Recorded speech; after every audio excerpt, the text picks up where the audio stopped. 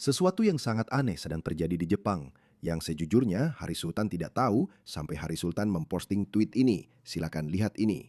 Jadi saya memposting tweet ini sekitar seminggu yang lalu. Tweet ini mendapat sekitar 91.000 tayangan. Lihat ini.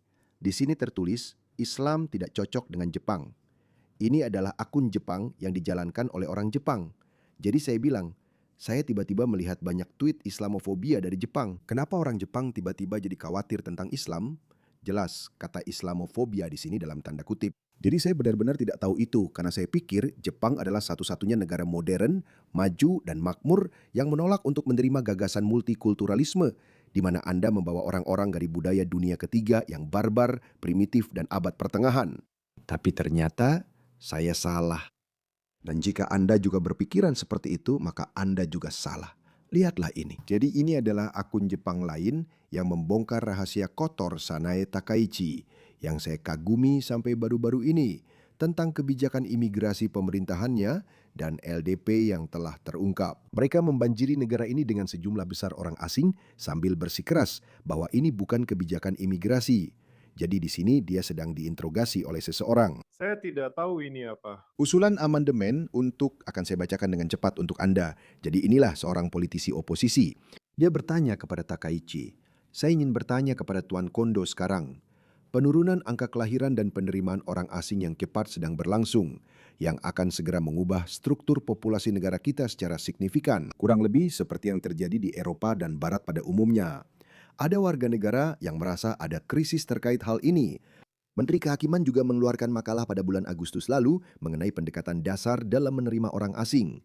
Karena ketika Anda membawa orang dari budaya lain, mereka juga membawa masalah mereka. Jadi Jepang sedang menghadapi persis apa yang telah dialami Eropa dan Barat dalam 20 atau 30 tahun terakhir. Tapi Takaichi sedang dituduh membanjiri Jepang dengan migran non-Jepang.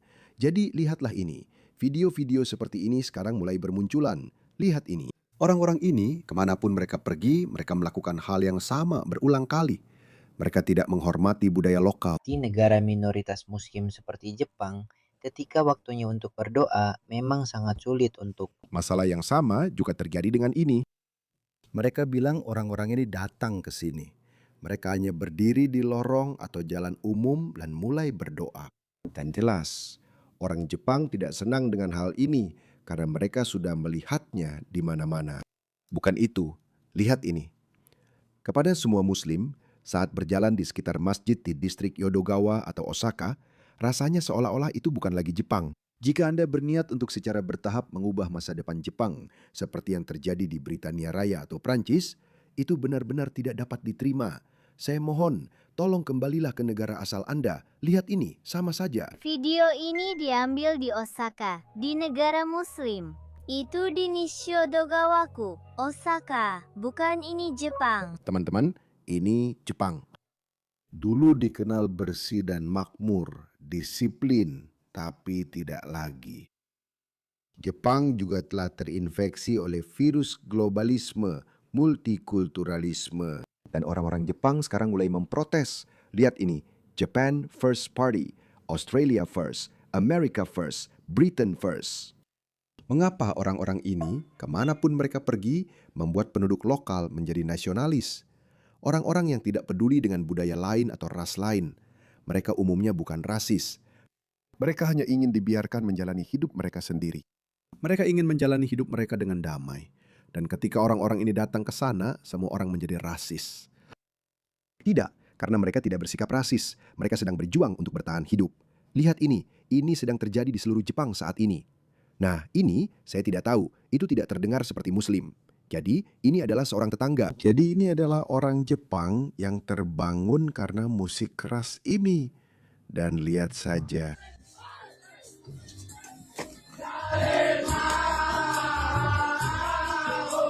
Ya, lihat saja. Tapi memang lagunya enak didengar. Nishiyodogawaku.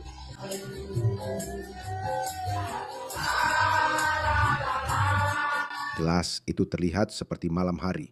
Ya, orang Jepang tidak dikenal karena hal seperti ini. Mereka dikenal karena kedisiplinan, kebersihan, dan tingkat kejahatan yang rendah. Tapi lihat apa yang terjadi pada negara mereka. Hal yang sama, ini sama saja.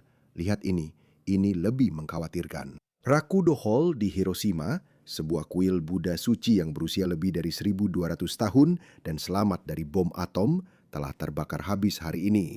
Jika ini terus berlanjut, tidak akan ada lagi kuil Buddha dan kuil Shinto yang tersisa di Jepang. Jadi kamu tahu kemana arah semua ini. Lihat ini. Kuil Shinto tiba-tiba terbakar.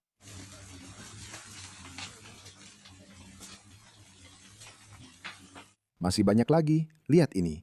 Hanya dalam 5 bulan pertama tahun 2026, 9 kuil dan tempat suci utama telah terbakar di seluruh Jepang. Semuanya pada 15 Januari, 7 Februari, 13 Februari, 20 Februari, 24 April, 27 April, semuanya ini. Salah satunya adalah situs warisan dunia.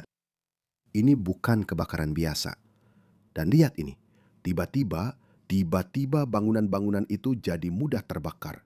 Sekarang saya sudah melakukan beberapa riset dan mereka bilang bahwa cukup umum bangunan-bangunan ini terbakar karena semuanya terbuat dari kayu. Tapi ada peningkatan. Jadi orang-orang Jepang mengatakan bahwa mereka telah mengamati peningkatan kebakaran ini. Dan di mana kita pernah melihat hal seperti ini sebelumnya? Di sini, lihat ini. Sejak tahun 2021, Kanada telah mengalami gelombang besar pembakaran gereja dan kebakaran mencurigakan, terutama setelah kontroversi makam di sekolah berasrama. Jadi, 33 gereja hancur karena kebakaran. Dari jumlah itu, 24 dipastikan akibat pembakaran. Hal yang sama juga terjadi di Eropa. 102 serangan pembakaran terhadap gereja di Prancis. Dan apa yang belakangan ini semakin banyak di Prancis? Islamis. Jadi, tidak mengherankan. Jepang benar-benar sedang diperkaya tepat di depan mata kita. Jika ada yang masih butuh bukti lagi tentang bagaimana multikulturalisme, terutama untuk budaya yang barbar, tidak berhasil. Jika orang Jerman, Prancis, atau Inggris yang asli pindah ke Jepang, semua ini tidak akan terjadi. Tidak akan ada yang seperti ini, karena mereka sendiri berasal dari budaya yang maju. Tapi jika Anda membawa orang-orang dari Afrika Utara, Timur Tengah, atau dari Pakistan, Bangladesh, atau semua budaya lain ini, hal seperti ini akan terjadi.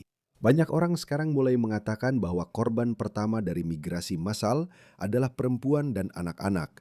Lihat ini, ada akun Jepang lainnya. Sekali lagi saya katakan, sekitar setahun yang lalu saya tidak pernah melihat hal seperti ini. Saya belum pernah melihat akun Jepang, Indonesia, atau Tiongkok di Twitter. Beberapa akun PKT, akun propaganda untuk PKT. Tapi saya belum pernah melihat yang seperti itu. Tapi tiba-tiba kita mulai melihat semua akun Jepang ini yang juga memposting ratusan ribu video yang tersedia di internet. Di mana para migran dunia ketiga ini, Anda tahu, benar-benar membuat kekacauan di negara-negara barat. Mereka menggunakan itu dan menunjukkannya kepada masyarakat Jepang bahwa inilah masa depan Jepang. Jadi, lihatlah ini. Di sebuah toko Magadon Kujioti di Aya Saitama, 4 pria asing dengan janggut lebat, lihatlah mereka, berdiri bersama dalam waktu lama di bagian produk sanitasi wanita. Jadi jelas ada seorang wanita yang mengambil foto. Dia pasti berpikir, apa yang sedang dilakukan orang-orang ini? Dia jelas ingin pergi ke sana, tapi dia merasa tidak nyaman. Wanita Jepang sekarang tidak bisa lagi berbelanja dengan nyaman di lingkungan mereka sendiri. Ini bukan soal beberapa individu nakal saja. Tidak. Pria-pria muda ini ada di sini. Mereka sendirian. Ini sama saja. Kenapa kita masih perlu menjelaskan ini lagi? Dan lihat ini. Muslim Pakistan di Jepang. Jangan remehkan Islam. Lihat ini. Mereka baru saja menjejakkan kaki di negara baru, Jepang. Dan mereka sudah mulai mengancam orang, menakut-nakuti, dan memprovokasi. Lihatlah. Video ini direkam di Nishio Dogawa, di sebuah negara Muslim. Hari ini, di depan PBB, saya akan menyampaikan pesan, tapi tolong berhenti. Takaichi sedang melakukan ini. Takajichi sedang melakukan ini. Lihat dia. Dia berkata, jangan meremehkan Islam. Jelas dia sudah belajar bahasa Jepang. Orang ini mengikuti saya. Seiring jumlah mereka bertambah, mereka menjadi semakin agresif. Ya. Siapa yang waras akan melakukan ini pada negaranya sendiri? Lihat ini, ada video lain. Perkelahian antara orang Kurdi dan Turki di depan kedutaan Turki di Jepang. Kemanapun mereka pergi, mereka membawa kekacauan dan anarki. Bebas visa ke Turki seharusnya dihapuskan. Bagi orang Jepang tidak masalah apakah mereka orang Turki atau Kurdi, ya. Apa peduli mereka? Lihat, mereka membawa konflik suku mereka ke negara asing. Di Australia kami punya orang Jepang.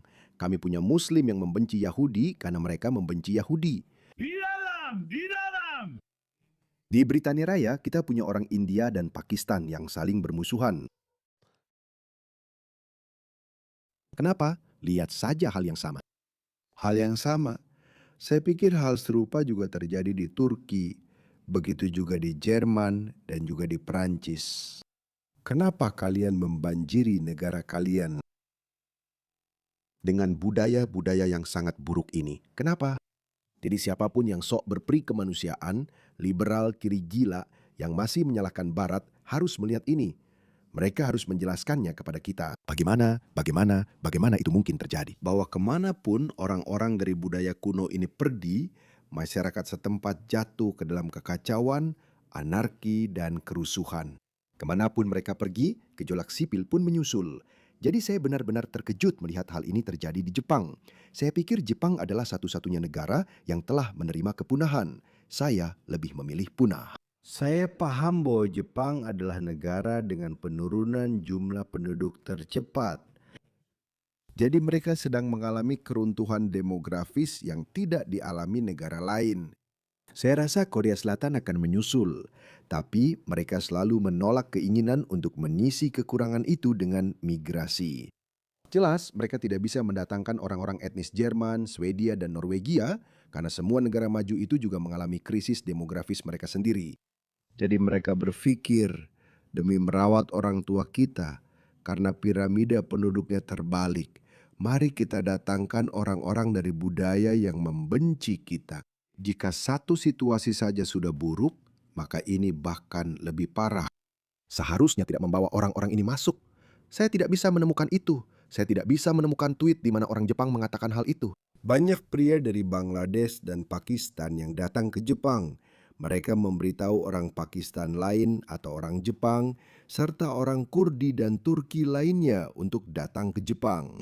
Menikahi wanita Jepang, dapatkan izin tinggal tetapmu, kewarganegaraanmu, lalu ceraikan wanita itu. Lalu bawa masuk wanita dari negaramu sendiri, dari tanah airmu sendiri. Sama saja.